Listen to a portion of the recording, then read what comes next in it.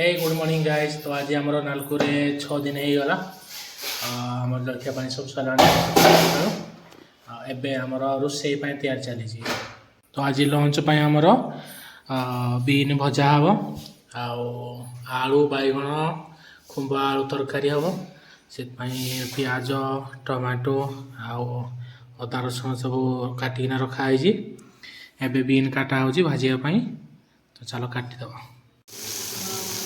तो आमर एपटे बीन भजा है आउपटे आमर आलू बैगण तरकारी बसे दिखाई एपटे बीन चली भोक लगे से मुई आपल काटिना खाऊँ। आमर बीन भजा हो गला एपटे चली आमर बैगन तरकारी हो गला।